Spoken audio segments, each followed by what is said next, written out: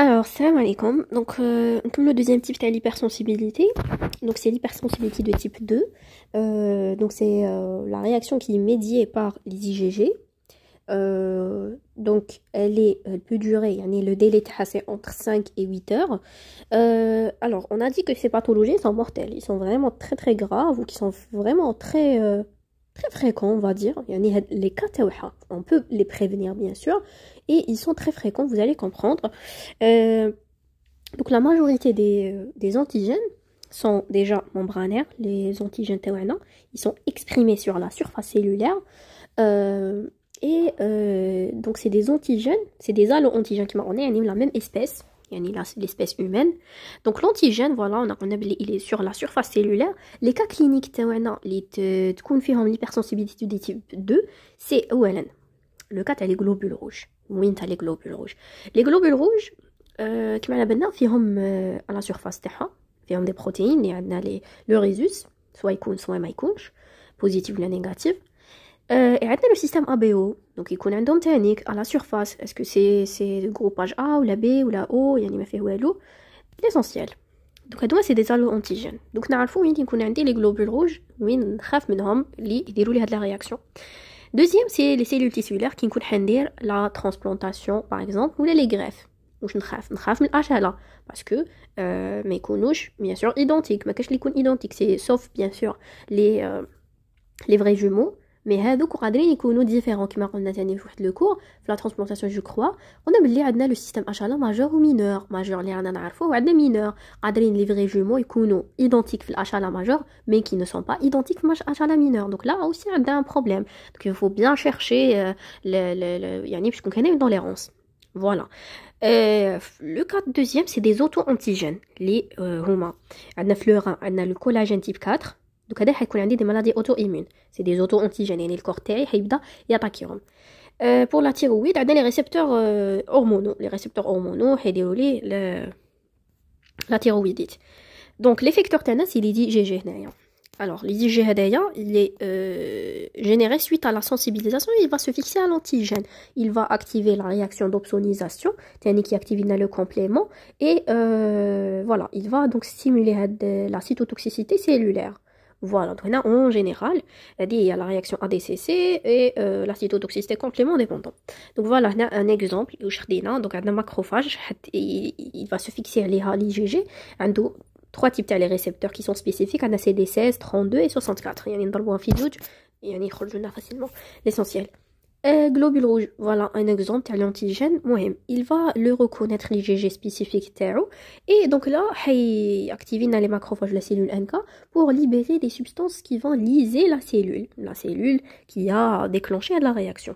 Alors, cliniquement, وين تيكونوا عندي هاد لي رياكسيون pour le rhésus c'est le cas تاع l'incompatibilité fœto-maternelle اللي هي حتمد لي لا maladie hémolytique chez le nouveau-né. وين تكون عندي هاد لو كا تاع le rhésus donc انا وين تنخاف كي يكون لا مامون تكون نيجاتيف et le papa يكون positif يعني le rhésus positif et là la maman elle est négative le groupage تاعها négatif. Donc là ça fait peur. علاش parce que bon le premier bébé حيسلك parce que هو déjà حيدير لنا la réaction immunitaire هو il va c'est le premier contact ما بين la maman مع les globules rouges تاع le bébé هو حيديكلونشي la formation تاع les IgG spécifiques تاع le rhésus. Voilà parce que la maman est négative ما عندهاش. Donc il a le bébé خرج لي كان positif le premier bébé par exemple كان le rhésus تاعو voilà positif. Donc là qu'est-ce qu'on a dit pour prévenir tout cela, mais malheureusement ça se fait pas vraiment parce que ماشي كامل les familles حيروحوا يديروا un bilan voilà يعني ما عندناش vraiment هاد la ثقافه يعني on va dire ما عندناش vraiment هاد la culture تاع يروحوا يديروا un bilan باللي voilà هادي négative هادي positive allez on va prévenir on va lui mettre l'antidé la maman pour la protéger et surtout protéger le bébé parce que vous allez voir le deuxième enfant le deuxième bébé مسكين يعني vraiment il a سلك اللهم بارك حينزاد maladie hémolytique du nouveau-né l'ictère تاني حينزاد vraiment très faible sinon il mourra directement. Alors pour la première grossesse qui m'a lors de l'accouchement, il y a des passages des hémacées du fœtus, les hémacées le fœtus, vers la circulation sanguine maternelle. Donc là le premier contact, dégradation et apprêtement des hémacées et présentation aux LT. Donc là ça commence. Et là les LT activent le LB et là il y a la fabrication des IgG spécifiques avec le rhésus, le bébé. C'est la première grossesse. Donc le bébé est normal, mais pendant une deuxième grossesse ou là une grossesse ultérieure, là il y aura le passage des anticorps, des IgG de la mère vers le sang du fœtus pendant le premier trimestre. Et ils vont dégrader complètement le fœtus. C'est ce qui va produire l'anasarque fœtoplacentaire. Et là c'est très grave et il va mourir. Donc c'est un œdème généralisé qui est très considérable et vraiment on va perdre malheureusement le fœtus d'ailleurs pendant le premier trimestre il est si le bébé n'est pas mort, c'est-à-dire il n'y a pas d'anasarque, il a pu survivre, on va dire, il va naître avec une anémie hémolytique et avec l'ictère, maladie hémolytique du nouveau-né et un ictère néonatal hémolytique.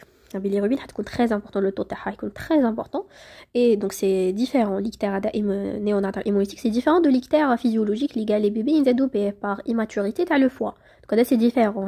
Voilà, حيكون به يعني حيعيش به. Voilà, on a l'anémie et l'ictère. Bon. Alors voilà une image de l'anasarque fœto-maternelle. C'est vraiment malheureux. C'est très dommage de voir ça. C'est pour ça qu'il faut vraiment prévenir. Mais bon. Alors ensuite, donc pour le système ABO, le cas clinique il formule l'hypersensibilité de type 2. On a l'incompatibilité transfusionnelle qui nous dire transfusion واحد نجي نتبرع له بالدم. لازم تكون كاينه incompatibilité bien sûr. ما نروحش انا A positif ou ما باليش O positif نروح نمدلو non quand même. Donc lors d'une transfusion entre deux différents là يعني كي يكونوش عارفين يعني بون دوكا الحمد لله يعني تطوروا كامل على بالنا انا نعرفوا مي باغ اكزومبل كي ما يكونوش عارفين حيكون عندي ان طابلو ديموليز ايغو مورتيل يعني sur place حتى la réaction qui ne va pas accepter avec la transfusion. Donc il faut arrêter immédiatement, il faut arrêter. Ou là par exemple يكونوا كاينين des fautes يغلطوا. Voilà, donc là c'est simple pour la BO et le résus c'est simple. Résus c'est le cas l'incompatibilité fœto-maternelle mais bien la maman et le fœtus. La BO c'est entre deux personnes اللي ما عندهمش le même groupage sanguin نروح ندير لهم انايا transfusion واحد ولا عند الاخر. Donc هتكون كاينه un refus sur place aigu. Pour la chala, les molécules d'achala اللي نتلاقى بهم c'est le cas تاع la transplantation et les cas تاع les greffes.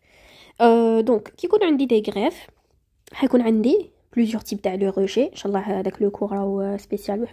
Donc, on a plusieurs types de rejet. On a le rejet sur-aigu ou hyper-aigu. On est sur table, sur place. Il va rejeter avec, par exemple, la transplantation rénale. Donc, on dit transplantation et non pas greffe. On a le cours à l'essentiel.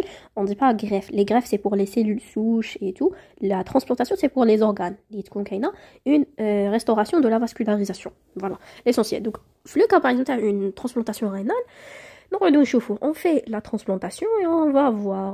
Il a quand même un rejet hyper aigu, sur table, il n'a pas accepté avec le rein. Donc nous نشوفوا وشنو كيف حنشوفوا qui se caractérise par une augmentation du volume abdominal et le rein devient dur. Donc là, et non reprise de la diurèse surtout. Sur la diurèse, s'il va reprendre la diurèse, ça va, là ça a fonctionné. Si ça reprend pas, et ben là il y a un rejet malheureusement. Donc là le seul geste à faire sur place qui connaît un rejet hyper aigu, c'est la détransplantation. Je vais réenlever avec le rein et le jeter. Malheureusement c'est très dommage. Il y a un protocole très long à suivre et par exemple une acceptation, mais malheureusement sur place il y a eu un rejet et là ça part. Voilà. Alors la cause de la mort qui fait traiter la mort, donc c'est la CIVD, c'est la coagulation intraveineuse disséminée.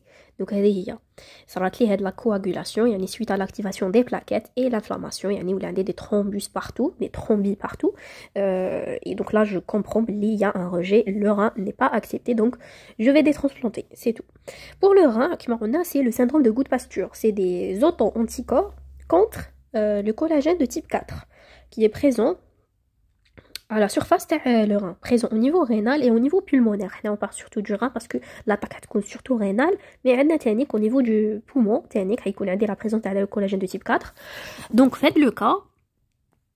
Qu'est-ce qu'on va voir? Les manifestations cliniques, il y a des hémorragies, hémoptysie, hématurée, il va saigner de partout, le patient.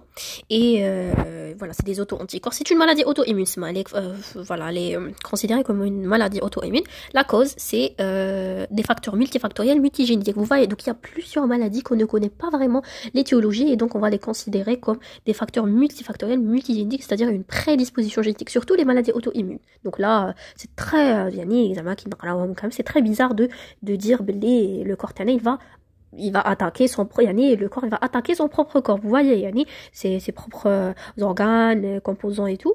Donc là, ce qu'on va dire, la seule chose à dire, on essaye de chercher, faire le sujet. Ça commence à trouver des étiologies, des mécanismes, comment ça se passe, mais ça reste flou, ça reste encore flou. On dit toujours que c'est des causes multifactorielles, multigénétiques, donc c'est une prédisposition génétique à produire des auto-anticorps anti-collagène de type 4. Voilà. Alors, pour la thyroïde, c'est les récepteurs anti-récepteurs, c'est la maladie de Basedow. Donc, on dit comme une hyperthyroïdie. Maladie de Basedow, voilà. Il y a des auto-anticorps qui fixent les récepteurs de la thyroïde, et donc ils vont l'activer, ils vont réactiver ce qui va causer la maladie de Basedow.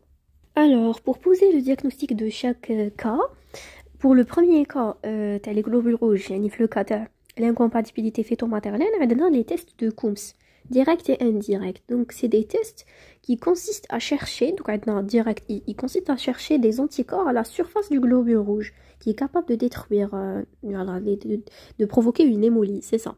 Donc, on va rechercher des anticorps, et donc, le premier cas, on va mettre les globules rouges. Bon, on va mettre les globules rouges plus une molécule, l'antiglobuline, et il a une agglutination, et une présence d'anticorps à la surface des globules rouges. Donc, bon,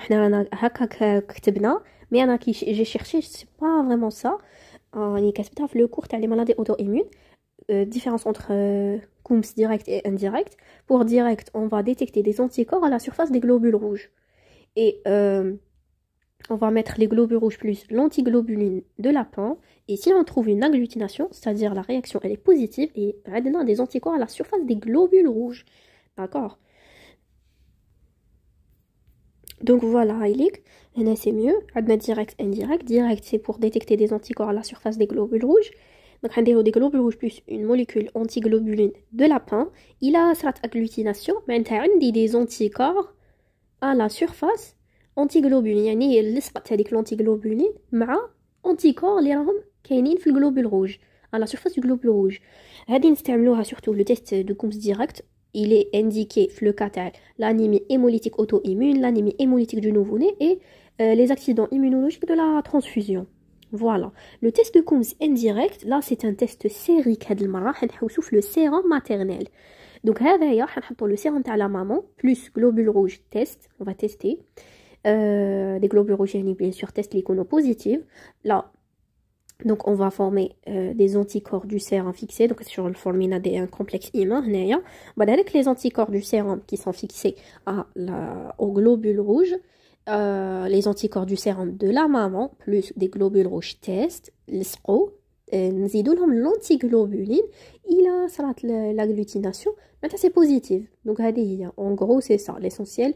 Ils sont indiqués, l'indirect il est indiqué la recherche d'anticorps anti-D, le rhésus, dans le sérum d'une maman à rhésus négatif, qui connaît un rhésus négatif. Donc voilà. L'essentiel, mais il faut comprendre qu'il y a un test de Coombs direct et indirect. في direct, هنحوسو على des anticorps في la surface تاع le globule rouge. في l'indirect, هنحوسو في le sérum maternel. هنحوسو على des anticorps. هذه les deux هنحوسو على des anticorps. Les deux cas هنحوسو على des anticorps. Voilà, le deuxième cas c'est anti-D. Voilà, l'essentiel. Donc on a Coombs direct et indirect qui sont indiqués في le cas تاعنا تاع l'incompatibilité fœto-maternelle pour éviter, on peut le faire pour diagnostiquer il s'agit de l'incompatibilité. L'essentiel, j'espère que c'est clair. Ensuite, alors là c'est le premier cas. Donc voilà, veut dire que la maman a développé une réponse contre l'antigène D. J'espère que c'est clair. Bon, pour HLA, واش حنديرو le cross matching. C'est très important. Le test, il est important. Voilà. Il faut le faire. N'importe quelle transplantation ou une greffe. Parce que il permet de trouver où là est-ce qu'il va y avoir un rejet ou là pour voir la compatibilité entre un donneur et un receveur. Et même il est législatif, il faut le faire.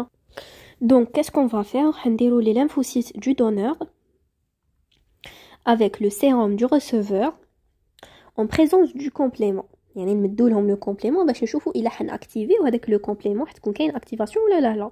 إلا صرات لي activation تاع le complément معناتها il y a une incompatibilité.